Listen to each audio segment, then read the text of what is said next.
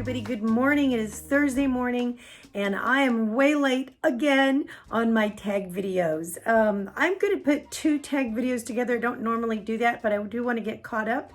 And so I was tagged by two marvelous people, two channels that I love dearly. One of them, Robbie from Frecky Foot Wolf, tagged me about a week ago on a winter tag, and I want to do that one. And then right after that, Suzy Bowie tagged me a few days ago on Tag Tuesday with a Twist. And so I'm going to include that one right after I answer Robbie's questions. So I'm going to put both of their channels below. If you don't already subscribe to them, please go check them out. I really love them. And I think that you're going to get a lot out of their videos. So let's get started. Okay, so the winter tag, number one, snowboarding or skiing. Probably, and see, neither. I would have to say neither, because I've always had a lifelong fear of breaking my leg while skiing. And I've never come over that. Maybe if I actually skied, I would get over it, but chances are I'd break my leg and that'd be the last that ever happens. Number two, yeah, and snowboarding it's not going to happen. Number two, hot chocolate or hot tea. I have a huge cupboard full of every kind of tea you can imagine, and I want to be a tea person, but I end up going for the hot chocolate every time. Number three, knit or leather gloves. I would say leather gloves, because when I wear knit gloves, it's usually because it's so cold that it's snowing, and when you have knit gloves and you hold the snow, it melts on the gloves and then your hands get all wet, and that's really irritating to me. And then they're really cold anyway. So I would say leather gloves. Number four, gloves or mittens. I definitely would say gloves, because mittens, I think, are the things that have like the one thing for your thumb and then a big thing. They look to me like flippers or pancakes. I don't know how you would do anything with mittens, so I had to say gloves. Number five, earmuffs or a knit hat. Definitely I would go with a knit hat, because I like the fashion side of it. And earmuffs, I think they're fun and I like to look at them, but I would feel weird wearing them unless I lived in like sub-zero temperatures. Then I wouldn't care what I was putting on just to keep warm. But if it was just a little cold, usually it's like, I don't know, I would feel like I'm walking around town with Mickey Mouse ears on, and which is fine at Disneyland, but you know, try walking down the street with Disneyland ears and see what happens. It's like, it's cute, but people would be looking at me real funny. Okay, so number six, ice skating or sledding. I've never actually been ice skating before. I've been inline skating, and I always thought that would be real similar, but one day I will. But sledding I have done, and that's really fun. I've done that with the kids, and that's really, really fun. You know what's really fun is to find a really steep grassy hill and take like a real nice big piece of cardboard and then do some grass sledding. And that's we have done that with the kids before, and that's really fun. All right, number seven, chili or soup. I would have to say soup, because chili to me is real heavy. It's like a whole meal, and it's a big commitment. It's like you have to make a commitment to the beans to spend the next 24 hours with them. And so I would much rather go with the soup if I had the choice. Number eight is soup or stew. Okay, soup to me is something that you can serve with something else, like a salad or a sandwich or a wrap or something. And then a stew is something I would have as a meal by itself, maybe with some crackers or something, but with very little else. So I would have to say it depends on my mood. I grew up eating a certain stew that my parents would make, and that was basically the meal. And then we'd just have some sort of breading on the side of it. But the main thing was the stew. So I guess it just depends on if I want a heavy meal or not. Okay, so number nine, bear the cold outside or stay in and be cozy and warm. Stay in and be cozy and warm, especially if that included my honey. Then yeah, I would definitely rather be inside. I hate being cold. It's a real, I don't know, I've never been comfortable with it. Number 10, share your favorite winter snack. All right, so This winter, my favorite snack would have probably had to have been a hot chocolate. And I use the 25 calorie packets. They're fat free and Nestle makes them. And so I'd make a cup of hot chocolate and then I would put in some, what was it, peppermint? What kind of peppermint? Some kind of a peppermint sugar-free syrup. And then I would top it with peppermint whipped cream. And it was so good. And it felt so decadent, but it was so warm and cozy. And I'm going to miss not finding the peppermint whipped cream until Christmas again. Anyway, that was my favorite. So that was the winter tag from Robbie. So Robbie, thank you for tagging me. Again, please go check him out. And now the Tag Tuesday with a twist from Suzy. Suzy Bowie. Her channel is going to be down below. All right, let's go to number 1. What is the first thing you notice about somebody when you first meet them? Face, hair, eyes, or other? I would have to say, you know what, probably their eyes, but not like for the aesthetic quality, but more to get to know, to look at their continents. And when I look at people's eyes, I can see their mood usually.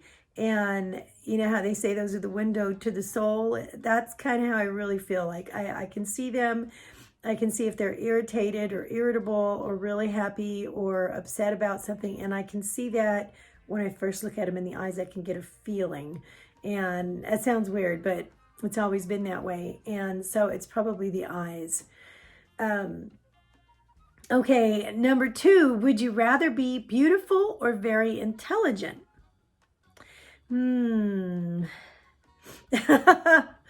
Okay, so because I like a little bit of each too, and I think that was Suzy's answer to this question. But really, I would have to say intelligence, I know, is more important, and so I would have to, if I had to pick one, it would be that, because I know that beauty is going to fade, and so beauty fades, but you know, there's a Bible verse that talks about that, as far as like a beauty will fade, you know, but a woman who fears the Lord will, you know, that's going to endure. That's a quality that you can't take away, you know. And so wisdom and intelligence. Number 3, if you could eat one food in any amount and never ever gain weight, what would it be? I would have to say cake. And not any one type of cake, like all cake. I love cake. And I think I made a promise to myself the other day when I was listening to Suzy's answers. And I said, you know what? I think I need to make a deal with myself not to have cake unless it is celebrating a specific event this year. And which isn't hard to do because I don't usually order it anywhere. But and the buffets are all closed, so I can't really have access to cake. But you know, I don't normally make it at home. The reason why is because I'm not the only one who does this, but we'll eat it until it's gone. You know, it's just, and so I don't have a lot of control with cake. One time I bought, years ago, we lived in Texas, and I bought this cake stand, and it was a beautiful cake stand. And I thought, I want to be one of those people who have one of those great, beautiful kitchens, and they always have this beautiful cake stand, and there's always a cake in it, right? And it looks great, and how wonderful that would be. So I bought the cake stand, I made the cake, and I hit that cake probably, I would eat it over 2-3 days, right? I just keep going back to it, and I would eat cake. Oh, the cake stand is empty. I got to make another cake. And I gained a lot of weight that year that way.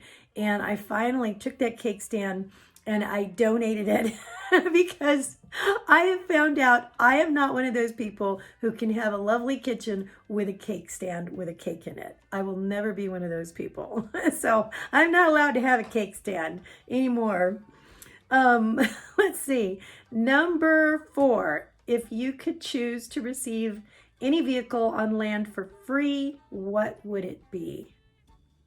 Okay, I'm not really into cars. I used to want this type of car or that type of car years ago, but now I totally have a mom car, you know, and it's totally utilitarian and it's in good shape, but it is paid off and I am so grateful for that.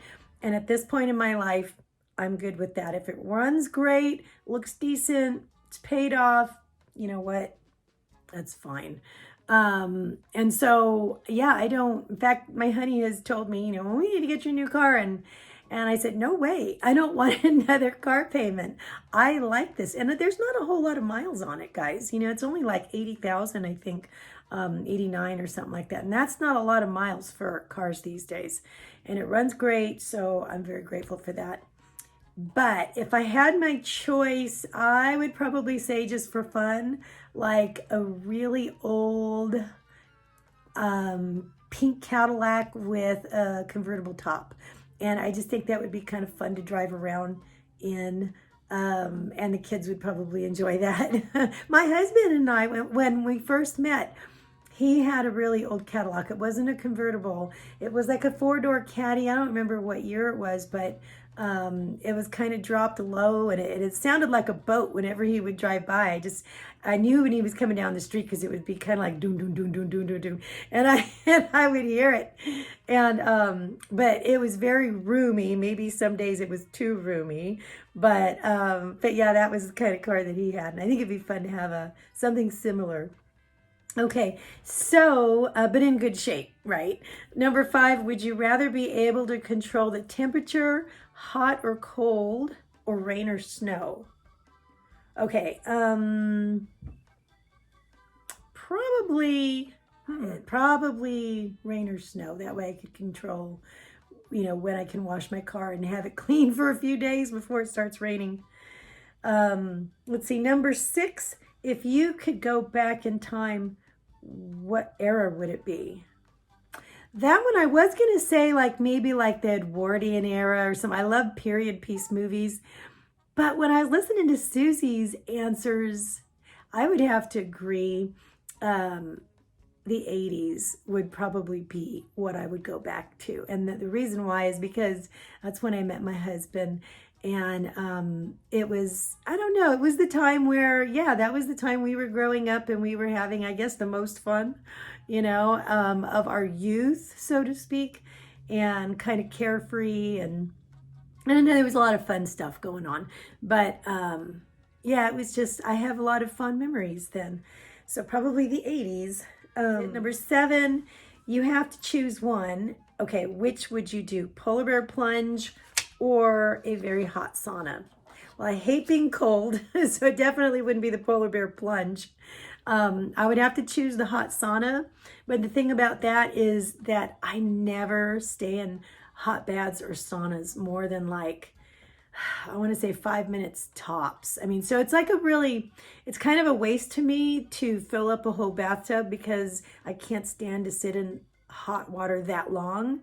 And so I usually, if I fill up the bath, it's not even halfway because I know I'll just waste the water, you know. So but anyway, so I'd have to choose the sauna, but I wouldn't stay in long. Number 8, which would you do? Walk on broken glass or lie on a bed of nails? It freaks me out whenever I step on broken glass, and it hurts so much. And so I would have to say no way to that. I think I would take my chance to lie on a bed of nails.